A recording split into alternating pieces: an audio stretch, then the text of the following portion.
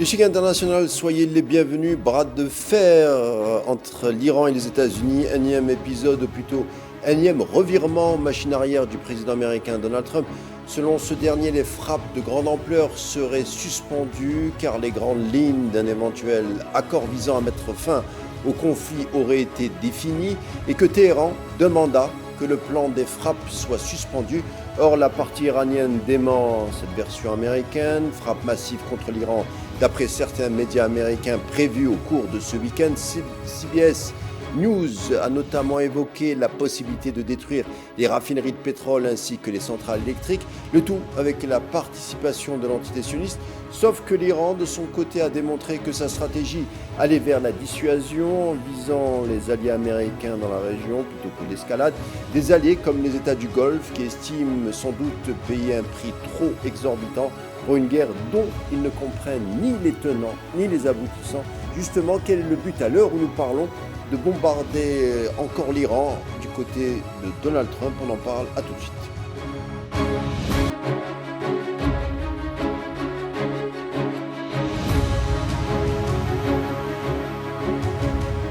Je vous laisse juge, mais cela a tout l'air d'un pas en arrière, un revirement. Le président américain a décidé au dernier moment d'annuler une énième intervention militaire contre Téhéran. La raison, Trump l'explicite dans un message publié sur son réseau social. Il s'agit de Truth Social. Alors il le dit, hein, l'Iran et d'autres pays du monde nous ont demandé de suspendre toute attaque, un accord ayant conclu prévoyant l'ouverture totale et immédiate du détroit d'Ormuz et la fin de la menace nucléaire iranienne. Et le président américain conclut à la fin, magnanime et grand seigneur comme à son habitude, j'ai accepté pour le bien du monde et pour la survie d'un Iran prospère d'annuler l'attaque.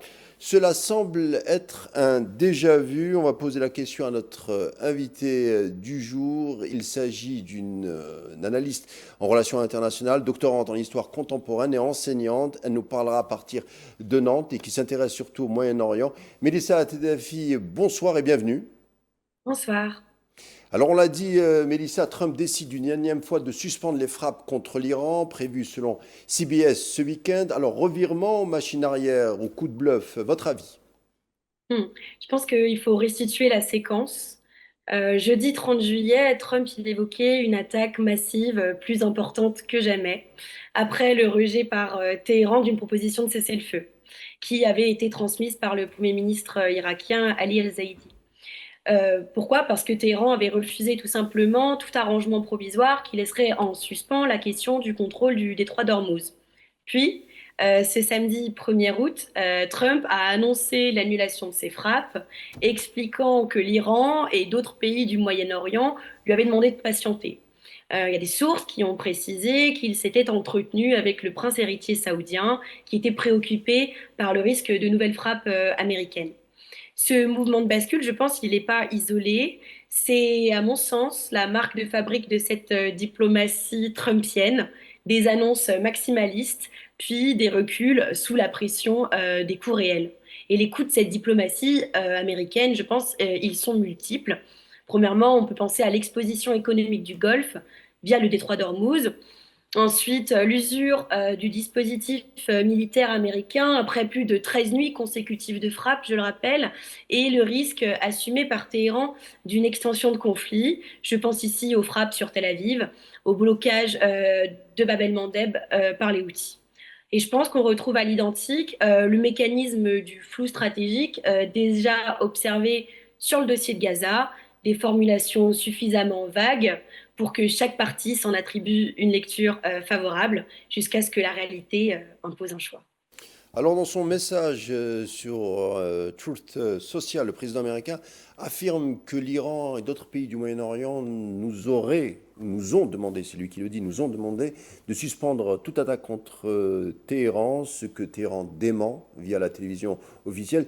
C'est, vous l'avez dit un tout petit peu avec cette diplomatie trumpienne, c'est la guerre des mots en plus d'être la guerre des nerfs qui continue selon vous. Mais jusqu'à quand, Mélissa? Ah, ça c'est une bonne question, mais je pense que le refus iranien est à mon sens plutôt confirmé. La proposition qui a été transmise via le Premier ministre irakien, elle a été écartée par Téhéran, hein, concrètement, et qui la juge de fait inacceptable en l'état. Pourquoi? Parce que ça constituerait un arrangement qui serait uniquement temporaire et qui ne réglerait pas la question du détroit d'Ormuz. Et le ministre iranien des Affaires étrangères a résumé la position de son pays en expliquant que le problème n'était pas la transmission des messages, mais la nature même de la position américaine. Et je pense que du coup, l'Iran joue la temporisation et la dissuasion. Pourquoi? Parce que accepter un cessez-le-feu déséquilibré reviendrait pour Téhéran à légitimer un rapport de force qui ne lui est pas favorable. Après l'affaiblissement consécutif à l'opération iranienne Epic Fury de fin février, en refusant, je pense que l'Iran signale qu'il n'a pas capitulé, pardon, et qu'il conserve une capacité de réponse crédible, y compris régionale, avec la menace d'une extension du conflit. À mon sens, c'est une stratégie, je pense, de préservation de la face autant que de la dissuasion militaire, dans un contexte où je pense que céder sans contrepartie politique reviendrait pour la République islamique à un désaveu existentiel qui pourrait être comparable, toute proportion gardée, hein, j'entends, à ce que représenterait un désarmement sans contrepartie pour le Hamas. Mais on voit, hein, c'est une dialectique serrée, c'est une confrontation un peu étroite, c'est la guerre des nerfs, la guerre des mots, enfin c'est à plusieurs échelons, surtout qu'il y a une semaine, selon le New York Times, dans un article qui affirme que Trump avait déjà proposé un cessez-le-feu à Téhéran, qui a été rejeté. L'Iran campe sur ses positions depuis le début, qui sont d'ailleurs inhérentes à sa souveraineté, comme le nucléaire civil et les armes balistiques, que sais-je encore, enfin il y a plusieurs thématiques. En tout cas, Trump, de ce qu'on voit, de ce qu'on a vu, n'arrive pas à faire plier la République islamique d'Iran. Mmh, concrètement.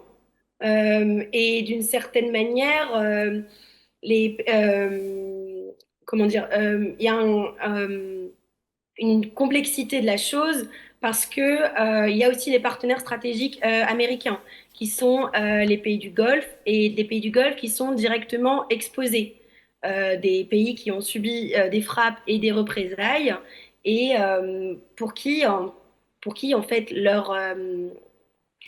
ils sont totalement dépendants économiquement de la stabilité de ce détroit d'Ormuz, hein, pour leur exportation. Et je pense qu'une escalade prolongée menace leur stratégie de diversification économique. Israël, en revanche, n'a pas cette exposition directe au détroit d'Ormuz et considère donc que cette guerre comme une occasion stratégique unique d'affaiblir durablement l'ensemble de l'axe de résistance, à savoir Iran, le Hezbollah et le Hamas, après le 7 octobre. Alors Euh, justement, allez-y, allez-y. non, non, je vous en prie, allez-y. Alors justement, sur ces alliés des pays du Golfe, des alliés des Américains, j'entends, on le sait, on l'a observé, l'Iran se prépare et se préparait constamment à la riposte ou à l'attaque américaine, avec la stratégie du côté de l'Iran de la dissuasion plutôt que l'escalade, vous l'avez dit. Téhéran a mis en place un plan avec des missiles prédésignés ou des drones contre des installations pétrolières et gazières sensibles dans tout le Moyen-Orient. L'Iran, on le voit, veut accroître la pression sur les États arabes du Golfe pour qu'ils incitent Washington à ne pas continuellement cibler les infrastructures énergétiques iraniennes. Et cela semble pertinent puisque Trump dit que sous la demande de Riyad, il suspendrait toute attaque actuelle, sans oublier cette semaine la visite du ministre de la Défense saoudienne à Washington. Ils ont dû évoquer le sujet. En tout cas, les États du Golfe et l'Arabie saoudite en premier chef ont un intérêt profond à éviter un conflit car leur infrastructure serait ciblée avec les conséquences sur les marchés énergétiques mondiaux que l'on connaît. Ce que je veux dire par là, c'est que Riyad joue de plus en plus un rôle fort pour dissuader Trump de bombarder. Il y a d'autres acteurs en jeu dans cette équation irano-américaine. Oui, effectivement, il y a d'autres acteurs. Je pense également à la Turquie qui joue un rôle très important aussi dans l'effort de médiation. Mais il est vrai que l'Arabie saoudite, dans cette question et justement l'accessibilité du détroit d'Ormuz, a un rôle pivot encore faudrait-il attendre la suite des événements pour pouvoir vraiment juger de sa capacité d'agency sur ce conflit. Trump et Netanyahou depuis février dernier d'ailleurs, avec les différentes séquences de guerre contre l'Iran, ont voulu isoler justement ce pays, sauf que cela, objectivement, cela a échoué, puisque l'Iran, en fermant par exemple le détroit d'Ormuz, réussit à influencer l'économie mondiale, ce qui n'a pas été prévu initialement par les Américains. Comment vous jugez, je ne sais pas comment on pourrait qualifier ça, le défaut d'analyse, la limite des analystes américains par rapport à l'Iran? Comment vous l'expliquez, vous, l'enseignante et la spécialiste de relations internationales? Je pense que le défaut d'analyse, il joue beaucoup sur, à mon sens, une mauvaise évaluation de comment des rapports de force qui existent entre l'État d'Israël et les États-Unis. Je pense que il y a beaucoup des leviers qu'on pourrait qualifier des leviers structurels qui sont très importants et très influents aux États-Unis. Je pense d'une certaine manière quelque chose qu'on sous-évalue assez souvent quand on fait une lecture des relations internationales et notamment quand on fait une lecture des relations internationales, on ne se préoccupe pas suffisamment, je pense, de ce qui se passe en interne. Pour ce qui concerne les États-Unis, je pense au soutien pro-israélien au Congrès américain et parmi certains grands donateurs qui permettent au Congrès américain, voilà, justement de développer ses activités et également sur ce qui pourrait éventuellement être attrait oui, oui, je pense que ça concerne uniquement, je pense, des lectures qui sont un peu assez biaisées concernant les relations internationales. On ne prend pas suffisamment en compte l'état politique, je pense, des pays en question. C'est au niveau peut-être des analystes français où on ne cite pas souvent, puisque vous faites allusion à certains lobbies comme l'AIPAC ou le PNAC, enfin il y en a pas mal, hein, des lobbies qui défendent en tout cas la politique étrangère américaine au niveau sioniste. Avec le contrôle du détroit d'Ormuz et la fermeture des passages maritimes stratégiques, on a vu que certains sionistes, même au sein des lobbies sionistes, commence à critiquer ouvertement Netanyahou. Il semblerait que dans le grand cercle sioniste, Netanyahou ne fait pas l'unanimité, sauf que lui, il semble que c'est une guerre non, de moins en moins sioniste, mais plutôt qui résume une approche de Netanyahou, lui qui veut continuer la guerre contre l'Iran, vaille que vaille, même si certains sionistes le critiquent. Comment vous expliquez cette place ou cet impact de Netanyahou au sein de l'organigramme politique américain, mais aussi au sein du Moyen-Orient? Oui, là je pense à une actualité très récente qui est le colonel Douglas MacGregor qui avait affirmé que Trump fera ce que Netanyahou veut qu'il fasse et cet ascendant. C'est assez intéressant parce que je pense que cette affirmation, on pourrait penser que Netanyahou disposerait, donc selon ce colonel, d'un pouvoir de fait sur l'appareil décisionnel américain concernant ce dossier, en s'appuyant justement sur le soutien dont il jouit au Congrès, donc ce dont je parlais précédemment. Et je pense que cette lecture, il faut la recevoir comme l'analyse d'un commentateur et non comme un fait établi, pardon. L'aide militaire américaine massive à Israël, l'influence de réseaux de soutien pro-israélien dans le financement politique américain et également, et j'aimerais le rappeler, l'absence historique de sanctions électorales pour un président américain qui s'aligne sur les positions israéliennes. À tout cela, je pense, s'ajoutent des asymétries de contraintes. Netanyahou, il est empêtré actuellement dans son procès pour corruption et il dépend d'une coalition gouvernementale qui est portée par l'extrême droite. Et donc, à cet effet, je pense qu'il n'a structurellement aucun intérêt politique à apparaître comme cédant du terrain. Ce qui le pousse, je pense, à des postures qu'on peut qualifier de maximalistes, que ensuite Washington peine ensuite en fait à contredire sans pour autant fracturer cette alliance.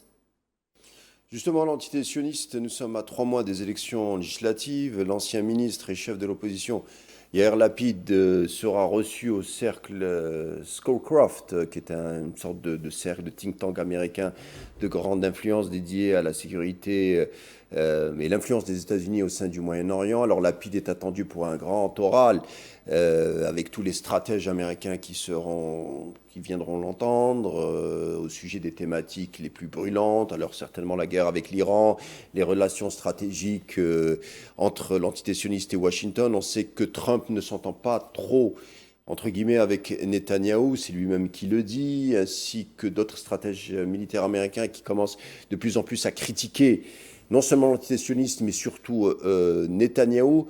Comment vous évaluerez, je ne sais pas, les relations cette fois-ci entre Trump et Netanyahou, c'est-à-dire entre deux représentants officiels qui sont embarqués dans cette guerre contre l'Iran? Je pense que c'est très difficile, à mon avis, de s'exprimer à ce sujet-là. Ils se sont exprimés eux-mêmes, hein, c'est-à-dire, on a vu par exemple Trump dire en défendant la Turquie cette semaine dans son avion, l'Air Force One, qui ne s'entendait pas tout simplement avec Netanyahou. Il y a eu également l'enterrement de Lindsey Graham, l'ancien congressman pro-sioniste. On a vu Marco Rubio discuter avec justement Netanyahou alors que Trump était un peu mis à l'écart avec J.D. Vance. Enfin, les analystes américains nous disent que les deux hommes ne s'entendent plus à cause justement de la guerre en Iran. Qu'est-ce que vous pouvez nous dire sur ce sujet? Bah, écoutez, moi je pense qu'avec le regard d'historienne que j'ai pas forcément une analyste, j'ai pas forcément une analyse qui va se porter vraiment sur l'immédiat. Et j'aimerais simplement rappeler que je pense que la diplomatie, c'est aussi beaucoup de paraître, c'est aussi comme une mise en spectacle, des mises en scène. Je pense qu'il faut aussi voir les relations entre les hommes politiques, non pas forcément telles qu'elles sont présentées de manière officielle.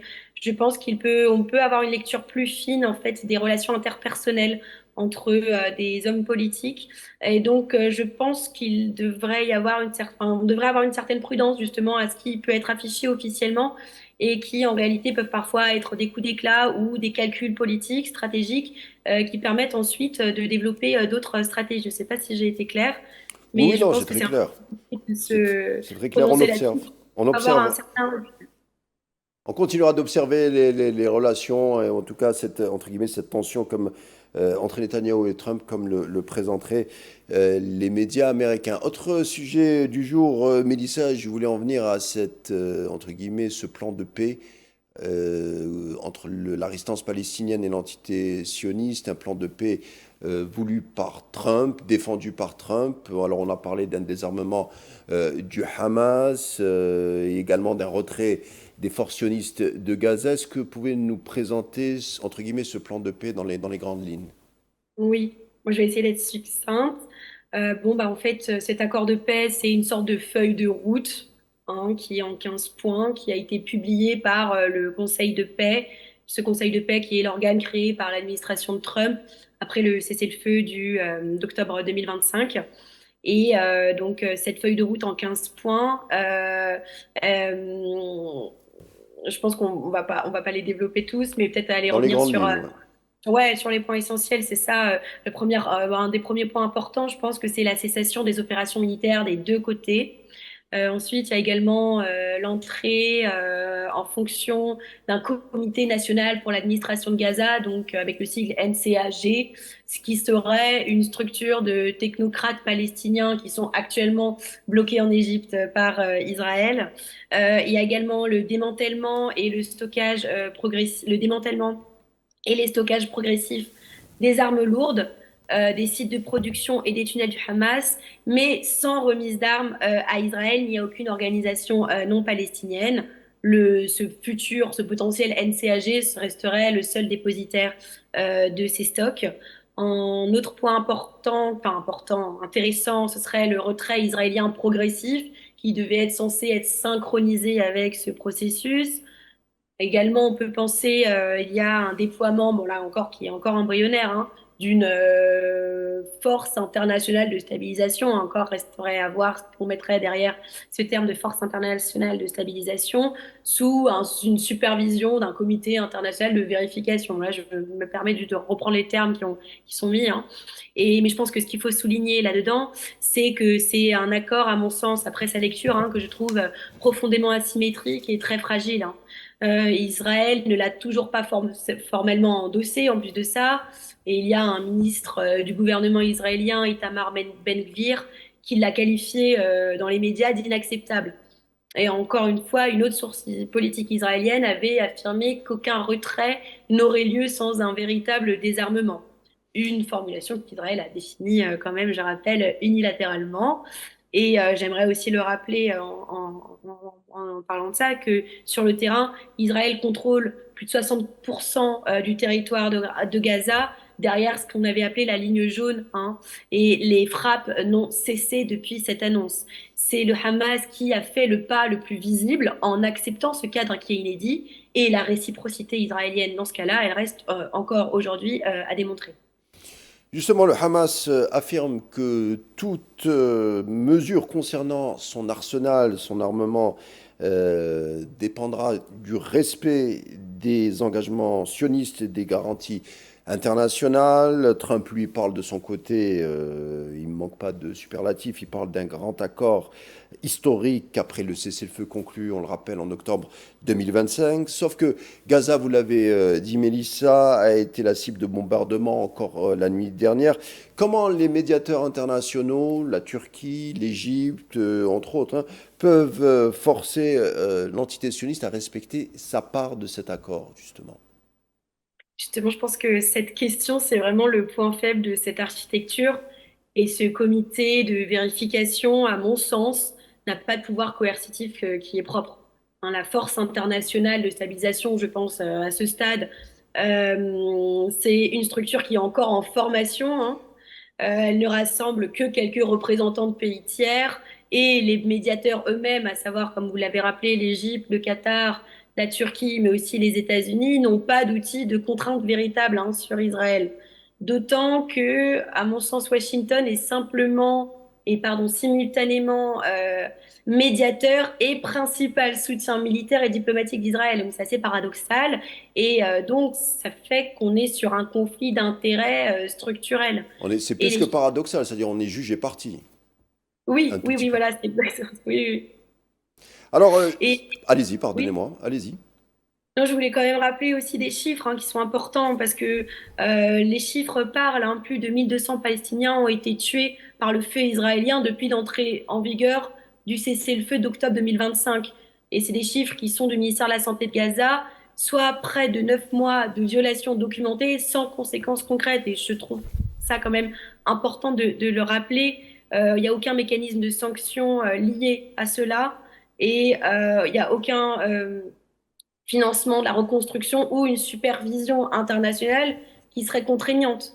Et donc, je pense que ce donnant-donnant, il restera à la merci d'un rapport de force politique intérieur israélien. Je pense en particulier à l'approche des élections législatives d'octobre prochain. Alors justement, vous l'avez dit subrepticement, c'est que l'aide humanitaire est consacrée également à la reconstruction est un peu mis de côté concernant cet accord. On aura peut-être l'occasion d'en parler, Mélissa Teddafi. Merci d'avoir été avec nous et d'avoir répondu à notre invitation. Je rappelle que vous êtes doctorante en histoire contemporaine, enseignante et spécialiste des relations internationales. Encore un grand merci. Je vous dis à bientôt. Et au revoir. L'échiquier international se conclura ici. Merci de nous avoir prêté attention. Bonne suite des programmes sur Al24 News. Et quant à nous, on se retrouve demain. D'ici là, portez-vous bien et bonne soirée.